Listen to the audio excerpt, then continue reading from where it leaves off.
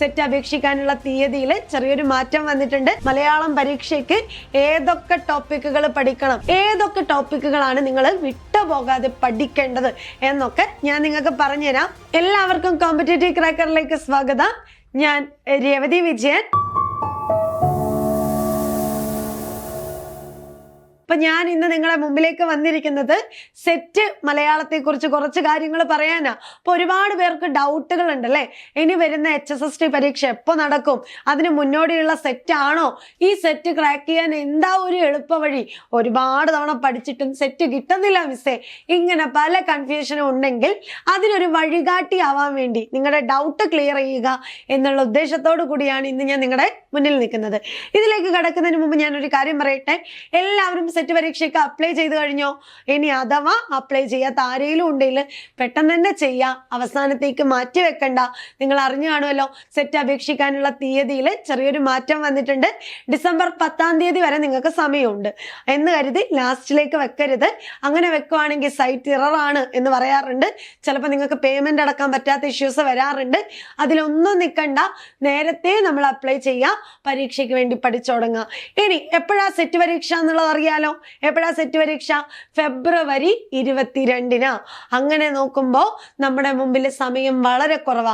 ഈ കുറഞ്ഞ സമയത്തില് 10-14 പേജുകളുള്ള മലയാളത്തിന്റെ സിലബസിനെ എങ്ങനെ നമ്മൾ ചുരുക്കി പഠിക്കും എന്നുള്ളതാണ് നമ്മുടെ ഡൗട്ട്, ഇല്ലേ? അങ്ങനെയാണെങ്കിൽ നമുക്ക് എങ്ങനെയാണ് ഇത് ചുരുക്കേണ്ടത്, ഏതൊക്കെ ടോപ്പിക്കുകളാണ് നിങ്ങൾ വിട്ടുപോകാതെ പഠിക്കേണ്ടത് എന്നൊക്കെ ഞാൻ നിങ്ങൾക്ക് പറഞ്ഞുതരാം. അതിനു മുന്നേ ഒരു കാര്യം കൂടി പറയാം. ഇവിടെ ഞങ്ങൾ എന്ത് ചെയ്യുന്നുണ്ട്, ഒരു സെറ്റ് ബാച്ച് സ്റ്റാർട്ട് ചെയ്തിട്ടുണ്ട്. 90 ഡേയ്സിന്റെ ബാച്ച്. അതായത് നമുക്ക് സ്മാർട്ടായിട്ട് പഠിച്ച് ഇനി വരാൻ പോകുന്ന സെറ്റ് ക്രാക്ക് ചെയ്യണ്ടേ, അതിനുവേണ്ടി നിങ്ങളെ സഹായിക്കാൻ 90 ഡേയ്സിന്റെ ഒരു ബാച്ച്. ഈ 90 ഡേയ്സ് കൊണ്ട് നമ്മൾ എന്ത് ചെയ്യും, നമ്മുടെ സിലബസിലെ എല്ലാ കാര്യങ്ങളെയും പഠിക്കാനും പ്രീവിയസ് ചോദ്യങ്ങളൊക്കെ ചർച്ച ചെയ്യാനും നിങ്ങളുടെ ഡൗട്ടുകൾ ക്ലിയർ ചെയ്യാനും ഒക്കെ നിങ്ങൾക്ക് ഇവിടെ സാധിക്കും.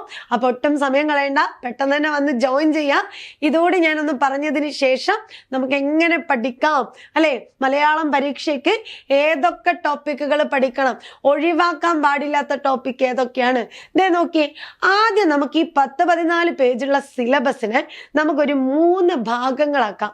ഈ 3 ഭാഗത്തിൽ നിങ്ങൾ പഠിക്കേണ്ടത്, ഒന്ന് സാഹിത്യ ചരിത്രം. എന്താ ഈ സാഹിത്യ ചരിത്രം? സാഹിത്യത്തിന്റെ വളർച്ച തന്നെ. പ്രാചീന കവിത, മധ്യകാല കവിത, അല്ലെ, ആധുനികം, ഉത്തരാധുനികം, ഇങ്ങനെ നമ്മൾ സ്റ്റേജുകളായി ഓരോ ഘട്ടത്തെ തിരിക്കുന്നില്ലേ? ആദ്യഘട്ടം, 2-ാം ഘട്ടം, 3-ാം ഘട്ടം, 4-ാം ഘട്ടം, 5-ാം ഘട്ടം എന്നിങ്ങനെ കഥയെ നമ്മൾ തിരിക്കുന്നില്ലേ? ഇത്തരത്തില് ഓരോ കാലഘട്ടത്തെയും തിരിച്ചറിയുക. അവിടെ നമ്മൾ എപ്പോഴും പറയുന്നത്, നമ്മൾ ഏറ്റവും ആദ്യം പഠിക്കുന്ന പാട്ട് സാഹിത്യം, അല്ലെ, ഭാഷയുടെ ഏറ്റവും പഴയ സാഹിത്യം എന്ന് പറയുന്നത് പാട്ട് സാഹിത്യമാണ്. ഈ പാട്ട് സാഹിത്യത്തിന്റെ ദ്രമിഡ സംഘാതാക്ഷര നിബന്ധം മെതുകമോന വൃത്ത വിശേഷയുക്തം പാട്ട്, ഈ ലക്ഷണത്തിൽ വരുന്ന കൃതിയായ രാമചരിതത്തിൽ പഠിച്ച് നമ്മൾ എന്ത് ചെയ്യുന്നു, മണിപ്രവാളവും കൃഷ്ണഗാഥയും കിളിപ്പാട്ടും ഒക്കെ വരുമ്പോൾ ഭാഷയ്ക്കകത്ത്, ഇതിവൃത്തത്തിനകത്ത്, പ്രമേയത്തിനകത്ത് വരുന്ന മാറ്റത്തെ കൂടി നമുക്ക് അവിടെ തിരിച്ചറിയാൻ പറ്റുന്നുണ്ട്, ഇല്ലേ? അത്തരത്തില് നിങ്ങൾക്ക് ഓരോ സാഹിത്യത്തിന്റെയും വളർച്ചയും ഓരോ ഘട്ടത്തിലും വരുന്ന എഴുത്തുകാർ ആരൊക്കെയാണ്, അവരുടെ കൃതികളുടെ പൊതുവായ സവിശേഷത എന്താന്ന് തിരിച്ചറിയുക. ഇതാണ് എന്ത്, മലയാള സാഹിത്യ ചരിത്രം. ആദ്യകാലത്ത് പ്രാസങ്ങളും വൃത്തവും അലങ്കാരവും ഒക്കെ ഒപ്പിച്ചുകൊണ്ട് കവിതകൾ എഴുതിയിട്ടുണ്ട്. ഉത്തരാധുനികതയിലേക്ക് എത്തുമ്പോഴോ ഈ പ്രാസം ഉണ്ടോ, അലങ്കാരം ഉണ്ടോ? ഒന്നുമില്ല, അല്ലെ? അതൊരു മാറ്റം. എന്താ? സാഹിത്യ ചരിത്രമാണ്, വളർച്ചയാണ്, മാറ്റമാണ്. ഇതിങ്ങനെ പഠിച്ചു വെക്കുക എന്നുള്ളതാണ് ഒന്നാമത്തത്. പിന്നെയോ വിവിധ സാഹിത്യ ശാഖകൾ, അല്ലെ? സാഹിത്യം കവിത മാത്രമാണോ? കവിത, കഥ, നോവൽ, നാടകം, നിരൂപണം, ഇങ്ങനെ പലതായിട്ട്, ആത്മകഥ, ജീവചരിത്രം, സഞ്ചാരം, ഇങ്ങനെ പലതായിട്ട് സാഹിത്യ ശാഖകൾ വളർന്നിട്ടുണ്ട്. അതേക്കുറിച്ചുള്ള ഒരു ധാരണ നിങ്ങൾക്ക് ഉണ്ടായിരിക്കണം. പിന്നെ പ്രധാനമായിട്ട് പറയേണ്ടത് ഭാഷാശാസ്ത്രം, വ്യാകരണം എന്ന് പറയുന്ന ഭാഗമാണ്. ഭാഷാശാസ്ത്രം, വ്യാകരണം, അതുപോലെ നിരൂപണം, ഫോക്ലോർ, ഇതൊക്കെ നമ്മൾ ഇവിടെ നോക്കിപ്പോണം. ഭാഷാശാസ്ത്രം, വ്യാകരണം, നിരൂപണം, ഫോക്ലോർ. ഇത്രയുമാണ് നമ്മൾ എന്ത് ചെയ്യേണ്ടത്, 3 ഭാഗമാക്കി തിരിച്ച് പഠിക്കേണ്ടത്. പിന്നെ ഞാൻ പറഞ്ഞ 3 ഭാഗത്തിലേക്ക് നമുക്കൊന്ന് പോയി നോക്കാം അല്ലെ. ഇതിൽ ആദ്യത്തേത് മലയാള സാഹിത്യ ചരിത്രം. മലയാള സാഹിത്യ ചരിത്രത്തെ കുറിച്ച് പറയുമ്പോൾ പ്രാചീന കവിതകളില് പാട്ട്, മണിപ്രവാൾ ഉറപ്പായിട്ട് പഠിക്കണം. കാരണം ഭാഷയുടെ ഏറ്റവും പ്രാചീനമാണ്. മണിപ്രവാളത്തിലേക്ക് വരുമ്പോൾ കേരളത്തിന്റെ സാമൂഹിക സാംസ്കാരിക ജീവിതത്തെ കാണിക്കാൻ വേണ്ടി ചരിത്രകാര് പഠന വിധേയമാക്കിയത് ഈ മണിപ്രവാള കാലഘട്ടത്തെയാണ്. അവിടെ നമ്മളെ 3ആയിട്ട് തിരിച്ച് നമ്മൾ സാഹിത്യത്തെ പഠിക്കുന്നുണ്ടല്ലേ. എന്താ, പ്രാചീന ചമ്പുക്കളുണ്ട്, മധ്യകാല ചമ്പുക്കളുണ്ട്, സന്ദേശകാവ്യങ്ങളുണ്ട്. വൈശിക തന്ത്രത്തിൽ തുടങ്ങി ചന്ദ്രോത്സവത്തിൽ അവസാനിക്കുന്ന സമയത്ത് ഭാഷയ്ക്കും ഇതിവൃത്തത്തിനും പ്രമേയത്തിനും കേരളത്തിന്റെ ചരിത്രം പഠിക്കാനും ഒക്കെ ഉതകുന്ന തരത്തിലുള്ള ഒരു സാഹിത്യമായിരുന്നു ഏത്, മണിപ്രവാള സാഹിത്യം. അപ്പൊ നിങ്ങൾ ഉറപ്പായിട്ടും മണിപ്രവാള സാഹിത്യം പഠിച്ചിരിക്കണം. അവിടെ അതാണ് ഏറ്റവും ഇമ്പോർട്ടന്റ്. പിന്നെ നമ്മുടെ കിളിപ്പാട്ട് എഴുത്തച്ഛന്റെ ഭക്തി പ്രസ്ഥാനത്തിന്റെ പ്രാധാന്യം, അതിനെക്കുറിച്ച് അറിഞ്ഞു വെക്കാം. പിന്നെ നമ്മൾ പഠിക്കേണ്ടത് ആധുനിക കവിതയാണ്. ആധുനിക കവിത്രയങ്ങളായിട്ടുള്ള ആശാൻ, ഉള്ളൂര്, വെള്ളത്തോള്, അവരെ ഒന്നും സ്കിപ്പ് ചെയ്യാതെ പഠിക്കുക. അവരുടെ ഖണ്ഡകാവ്യങ്ങളെ വളരെ കൃത്യമായിട്ട് പഠിച്ചു വെക്കുക. ഖണ്ഡകാവ്യാണ് എപ്പോഴും പരീക്ഷയ്ക്ക് ചോദിക്കാറ്. വെള്ളത്തോളിന്റെ കൊച്ചു സീത, ബന്ധനസ്ഥനായ അനിരുദ്ധൻ, ശിഷ്യനും മകനും, അച്ഛനും മകളും, മഗ്ദലന മറിയം, ഇതൊക്കെ പരീക്ഷ പേപ്പറിൽ നമ്മൾ കാണാറുണ്ട്. ഇനി അതുപോലെ കുമാരനാശാന്റെ വീണപൂവാണെങ്കിലും വീണപൂവിനെ കുറിച്ചൊക്കെ ഇപ്പോഴും അതിലെ വരികൾ തന്ന് പരീക്ഷയ്ക്ക് ചോദിക്കാറുണ്ട്. നളിനി, ലീല, കരുണ തുടങ്ങിയ കൃതികളൊക്കെ കുമാരനാശാന്റെ ഇത് പരീക്ഷയ്ക്ക് കാണുന്നതാണ്. പിന്നെ നമ്മുടെ ഉള്ളൂര് അല്ലെ, പണ്ഡിതനായ കവി, ഉല്ലേഖ ഗായകനായിട്ടുള്ള ഉള്ളൂര് സാഹിത്യ ചരിത്രമൊക്കെ എഴുതിയതുകൊണ്ട് ഉള്ളൂരിന്റെ കൃതികളും നമുക്ക് എന്ത് ചെയ്യാറുണ്ട്, പരീക്ഷയ്ക്ക് ചോദിക്കാറുണ്ട്. ഉമാ കേരളത്തിൽ നിന്നൊക്കെ ഒരുപാട് ക്വസ്റ്റ്യൻ കണ്ടിട്ടുണ്ട്. അപ്പൊ ആധുനിക കവിത്രയത്തെയും പ്രാചീന കവിത്രയത്തെയും അതിനു മുന്നുള്ള നമ്മുടെ പാട്ട്, മണിപ്രവാളത്തെയും കവിതയിൽ നിങ്ങൾ ഒഴിച്ചു കൂട്ടരുത്. പിന്നെ മഹാകാവ്യം, റൊമാൻറ്റിസിസം, ഇതൊക്കെ നിങ്ങൾ എന്ത് ചെയ്യണം, ഉറപ്പായിട്ട് പഠിച്ചു പോകണം. പിന്നെ നോവല്, ചെറുകഥ, നാടകം, ഇതിലൊക്കെ ആണെങ്കിലോ ഇപ്പൊ പുരസ്കാരം കിട്ടിയ കൃതികള് പ്രാചീന ആദ്യ ഘട്ടത്തിൽ വേങ്ങയിൽ കുഞ്ഞിരാമൻ നായനാറിൽ തുടങ്ങി വരുന്ന ഓരോ എഴുത്തുകാരും, തകഴി, കേശവദേവ്, ബഷീർ, ഇവരുടെ കൃതികളുടെ പ്രത്യേകതയും ഒക്കെ തന്നെ നമ്മൾ എന്ത് ചെയ്യണം, ഇവിടെ പഠിച്ചു പോകണം. അപ്പൊ ഗദ്യം, നോവൽ, ചെറുകഥ, നാടകം, ഇതിനൊക്കെ ഇമ്പോർട്ടൻസ് കൊടുത്ത് തന്നെ പഠിക്കുക. അതോടൊപ്പം സിനിമ എന്ന് പറയുന്ന ടോപ്പിക്കൊന്നും ഈ അടുത്ത കാലത്തായിട്ട് ഒരുപാട് ചോദ്യങ്ങൾ സെറ്റ് പരീക്ഷയ്ക്കും നെറ്റ് പരീക്ഷയ്ക്കും വരാറുണ്ട്. അപ്പൊ ഞാൻ പറഞ്ഞത് നമ്മുടെ 14-15 പേജുള്ള സിലബസിനെ 3 ഭാഗങ്ങളായിട്ട് തിരിച്ചു. അതിൽ ആദ്യം മലയാള സാഹിത്യ ചരിത്രം ഉറപ്പായിട്ട് പഠിച്ചിരിക്കേണ്ടത്. പ്രാചീന കവിതാ സാഹിത്യം, കവിതയുടേത് ഉറപ്പായിട്ട് നോക്കണം. പിന്നെ നാടകം, ചെറുകഥ, നോവല്, അതോടൊപ്പം തന്നെ സിനിമ കൂടി നോക്കി പോവാ. ഇനിയും ഒരുപാട് സാഹിത്യ ശാഖകളുണ്ട്. അതിൽ ചരിത്രം പഠിക്കേണ്ടത് കുറച്ചുകൂടി ഫോക്കസ് ആയിട്ട് ഇതിനെ പഠിക്കാൻ ശ്രദ്ധിക്കുക. ഓക്കെ, നമ്മൾ പിന്നെ പറഞ്ഞത് പ്രധാന കൃതികള്, കർത്താക്കന്മാര്, അതുപോലെ പ്രമേയം, പ്രസിദ്ധീകരണ വർഷം, പ്രത്യേകതകള്, സാഹിത്യ നിരൂപകന്മാരുടെ അഭിപ്രായങ്ങള്. അതായത് നമ്മൾ ഈ സാഹിത്യ ചരിത്രമൊക്കെ പഠിക്കുന്ന സമയത്ത് നിങ്ങൾ എന്താ നോട്ട് ചെയ്ത് വെക്കേണ്ടത്, നമ്മുടെ സെറ്റ് പരീക്ഷയ്ക്ക് കാലഗണന ക്രമത്തിൽ എഴുതുക. ഓരോ കൃതിയുടെ കാലഗണന ക്രമത്തിൽ എഴുതുക. അല്ലെങ്കിൽ എങ്ങനെ, ഇപ്പൊ സച്ചിദാനന്ദന്റെ കവിതകൾ മുറയ്ക്ക് വരുന്ന ഗണം ഏത്, ഇങ്ങനെയുള്ള ചോദ്യങ്ങൾ വരാറുണ്ട്. അങ്ങനെ വരണമെങ്കിൽ നമ്മൾ എന്ത് ചെയ്യണം, ആരാണ് ആ കൃതികൾ എഴുതിയതെന്ന് അറിഞ്ഞിരിക്കണം. അതിലെ പ്രമേയം എന്താണെന്ന് അറിയണം. അത് പ്രസിദ്ധീകരിച്ച വർഷം ഏതാണെന്നും നമ്മൾ അറിഞ്ഞിരിക്കണം. അപ്പൊ ആ കൃതികളുടെ പ്രത്യേകത എന്താ എന്നും അറിയണം. ഇനി സാഹിത്യ നിരൂപകന്മാരുടെ അഭിപ്രായങ്ങൾ എപ്പോഴും എടുത്ത് പരീക്ഷയ്ക്ക് ചോദിക്കാറുണ്ട് അല്ലെ. അതിൽ നിങ്ങൾ ഒരു കാരണവശാലും വിട്ടുപോവാതിരിക്കേണ്ട ആൾക്കാരാണ് കുട്ടിക്കൃഷ്ണന്മാരാര്, MB പോള്, സുകുമാർ അഴീക്കോട്, ജോസഫ് മുണ്ടശ്ശേരി, കേസരി ബാലകൃഷ്ണപിള്ള, ഇവരെ ഒന്നും നിങ്ങൾ എന്ത് ചെയ്യരുത്, സ്കിപ്പ് ചെയ്യരുത്. ഒന്നുകൂടി പറയാം, കുട്ടിക്കൃഷ്ണന്മാരാര്, MB പോള്, സുകുമാർ അഴീക്കോട്, ജോസഫ് മുണ്ടശ്ശേരി, കേസരി ബാലകൃഷ്ണപിള്ള, ഇവരുടെ നിരൂപണങ്ങൾ നിങ്ങൾ എന്ത് ചെയ്യണം, പരീക്ഷയ്ക്ക് നോക്കി തന്നെ പോകണം എന്നുള്ളത് കൂടി ഓർക്കാം. ഇനി നമ്മൾ വിവിധ സാഹിത്യ ശാഖകളിലേക്ക് വരുവാണ്. നേരത്തെ നമ്മൾ പറഞ്ഞു സാഹിത്യ ശാഖകൾ ഇങ്ങനെ നീണ്ട വിശാലമായി കിടക്കാം അല്ലെ. അതിലെവിടെ നോവല് വരുന്നു, ചെറുകഥ വരുന്നുണ്ട്, കവിത വരുന്നുണ്ട്, നാടകം വരുന്നുണ്ട്, ആത്മകഥ, ജീവചരിത്രം, സഞ്ചാര സാഹിത്യം, ബാലസാഹിത്യം തുടങ്ങിയവയുടെ ഒക്കെ വിശദമായ പഠനം നടത്തണം. അപ്പൊ ചരിത്രം പഠിക്കുമ്പോൾ കവിത, നോവൽ, നാടകം, അതുപോലെ തന്നെ സിനിമ, ചെറുകഥ ഇതിനൊക്കെ ഫോക്കസ് ചെയ്യാം. പിന്നെ നമ്മൾ പറയുന്ന എന്താ, ആത്മകഥ, ജീവചരിത്രം, സഞ്ചാര സാഹിത്യം, ബാലസാഹിത്യം ഒക്കെ തന്നെ നമ്മുടെ +1 +2 മലയാളം ടെക്സ്റ്റിനെയും അതുപോലെ ഡിഗ്രിയിൽ പഠിക്കുന്ന നമ്മുടെ സിലബസ് അടിസ്ഥാനമാക്കിയുള്ള പാഠഭാഗങ്ങളെ മുൻനിർത്തി പഠിച്ചാൽ മതിയാവും. അങ്ങനെയാണെങ്കിൽ നമുക്ക് കുറച്ചുകൂടി എളുപ്പത്തിൽ എന്ത് ചെയ്യാം, കാര്യങ്ങൾ മനസ്സിലാക്കാൻ സാധിക്കും. പിന്നെയോ ഭാഷാശാസ്ത്രം, വ്യാകരണം, നിരൂപണം, ഫോക്ലോർ, നാടൻ പാട്ടുകളും ഫോക്ലോർ എന്ന പദത്തെ കുറിച്ചൊക്കെ ചോദ്യപേപ്പറിൽ കാണാറുണ്ട്. പിന്നെ നമ്മൾ ഭാഷാശാസ്ത്രം ഉറപ്പായിട്ടും നോക്കണം. ഭാഷാശാസ്ത്രം വ്യാകരണം എന്ന ഭാഗവും, വ്യാകരണം എല്ലാത്തിലും പറയുന്നത് പോലെ സന്ധി, സമാസം, വിഭക്തി, തദ്ധിതൊക്കെ ആണെങ്കിൽ ഭാഷാശാസ്ത്രത്തിൽ പഠനരീതി, ഉത്ഭവം, സിദ്ധാന്തം, ഭാഷോൽപത്തി, വാക്യവിജ്ഞാനം, അതായത് മലയാള ഭാഷോൽപത്തിയെ കുറിച്ചിട്ടും അതിന്റെ പിന്നിലുണ്ടായ പണ്ഡിതന്മാരുടെ കുറെ അഭിപ്രായങ്ങളൊക്കെ ഉണ്ടല്ലോ, അതൊക്കെ എന്ത് ചെയ്യണം, ഇവിടെ പഠിച്ചു പോണം. ഓക്കെ അല്ലേ.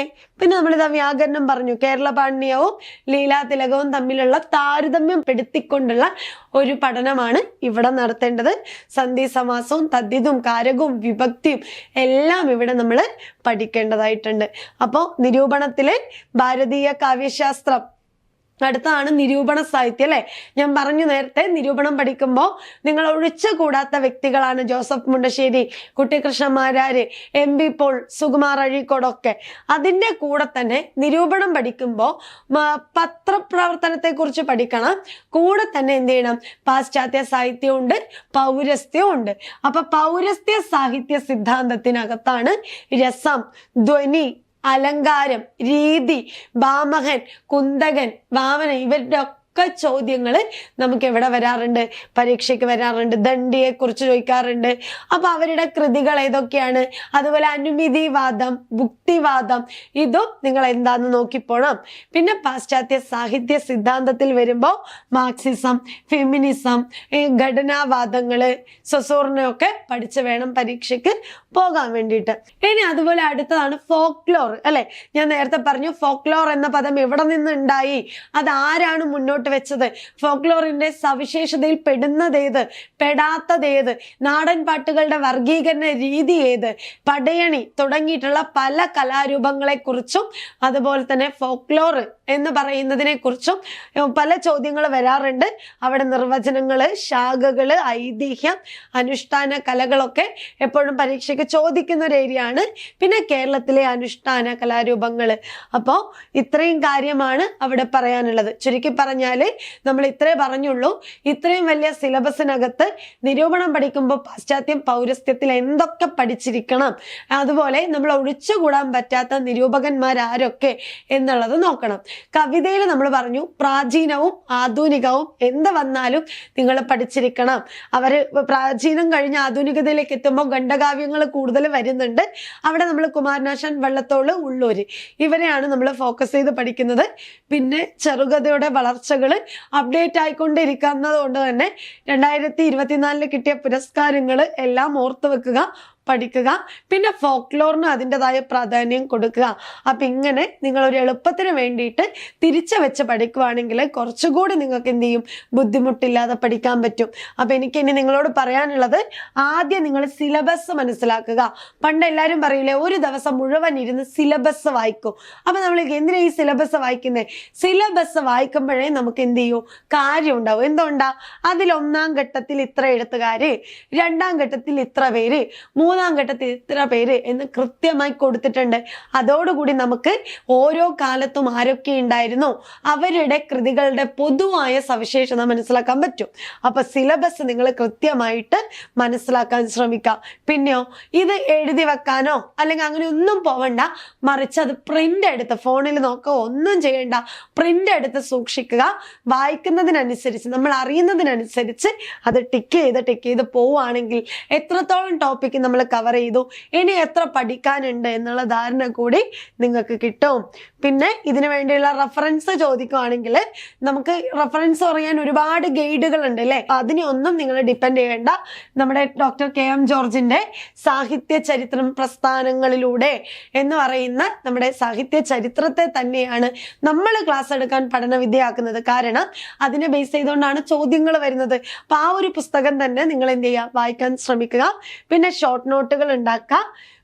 അതുപോലെ PYQകൾ, അതായത് മുൻവർഷത്തെ ചോദ്യപേപ്പറിലൊക്കെ ക്വസ്റ്റ്യന്റെ പാറ്റേൺ മനസ്സിലാക്കാം, റിപ്പീറ്റ് ആയിട്ടുള്ള ഏരിയകളും മനസ്സിലാക്കാൻ പറ്റും.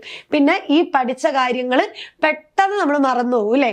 മലയാളത്തിൽ ആരാണ് അഭിപ്രായം പറഞ്ഞത്, ആരുടെ അഭിപ്രായമാണ്, ഏത് കാലമാണ്, എഴുത്തുകാരൻ ആരാണ്, പ്രാചീന കൃതികളിലോ പ്രാചീന സാഹിത്യത്തിലോ ഇതിനൊന്നും ഉത്തരവില്ല.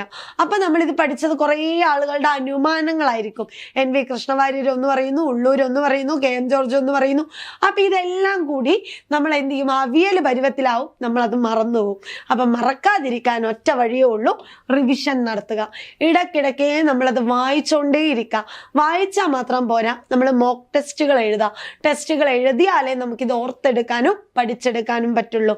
അപ്പോൾ വളരെ രസകരമായി സാഹിത്യത്തിന്റെ ആദ്യം മുതൽ അവസാനം വരെ എന്തൊക്കെ മാറ്റങ്ങൾ വരുന്നു, എന്താണ് ഓരോ കാലഘട്ടത്തിന്റെയും പ്രത്യേകത എന്ന് തിരിച്ചറിയാൻ പറ്റിയാൽ സെറ്റ് മലയാളം നമുക്ക് ഈസി ആയിട്ട് ക്രാക്ക് ചെയ്യാൻ പറ്റും. അപ്പൊ ഇന്നത്തെ ക്ലാസ്സിൽ ഏതാണ് ഒഴിച്ചുകൂടാൻ പറ്റാത്ത ഭാഗങ്ങൾ എന്ന് നിങ്ങൾക്ക് മനസ്സിലായിട്ടുണ്ട് എന്ന് വിചാരിക്കുന്നു. അപ്പൊ കൂടുതൽ വീഡിയോയുമായിട്ട് നമുക്ക് വീണ്ടും കാണാം. അപ്പൊ ഈ ഒരു സാഹിത്യ ചരിത്രം വായിക്കുക എന്ന് പറയുന്നത് പോസിബിൾ അല്ല എന്ന് തോന്നുകയും അതുപോലെ തന്നെ പഠിക്കാൻ ഭയങ്കര ബുദ്ധിമുട്ടാണെന്ന് തോന്നുവാണെങ്കിൽ നിങ്ങൾ പെട്ടെന്ന് തന്നെ ഇതിൽ ജോയിൻ ചെയ്തോ. നമ്മൾ എന്ത് ചെയ്യും, ഈ സാഹിത്യ ചരിത്രത്തെയും PYQ ക്വസ്റ്റ്യനുകളെയും അടിസ്ഥാനമാക്കിക്കൊണ്ടുള്ള ക്ലാസ്സുകളാണ് നിങ്ങൾക്ക് പ്രൊവൈഡ് ചെയ്യുന്നത്. അതോടൊപ്പം തന്നെ PYQ, റിവിഷൻ, മോക്ക് ടെസ്റ്റ് ഇതൊക്കെ ഇവിടെ ഉണ്ട്. അപ്പൊ ഇനി ഒട്ടും സമയം കളയണ്ട. കോഴ്സിനെ കുറിച്ച് കൂടുതലായി അറിയാൻ ഇതിൽ കാണുന്ന നമ്പറിൽ കോൺടാക്ട് ചെയ്യുക. നമുക്ക് വീണ്ടും പുതിയ വീഡിയോയുമായിട്ട് വീണ്ടും കാണാം. താങ്ക്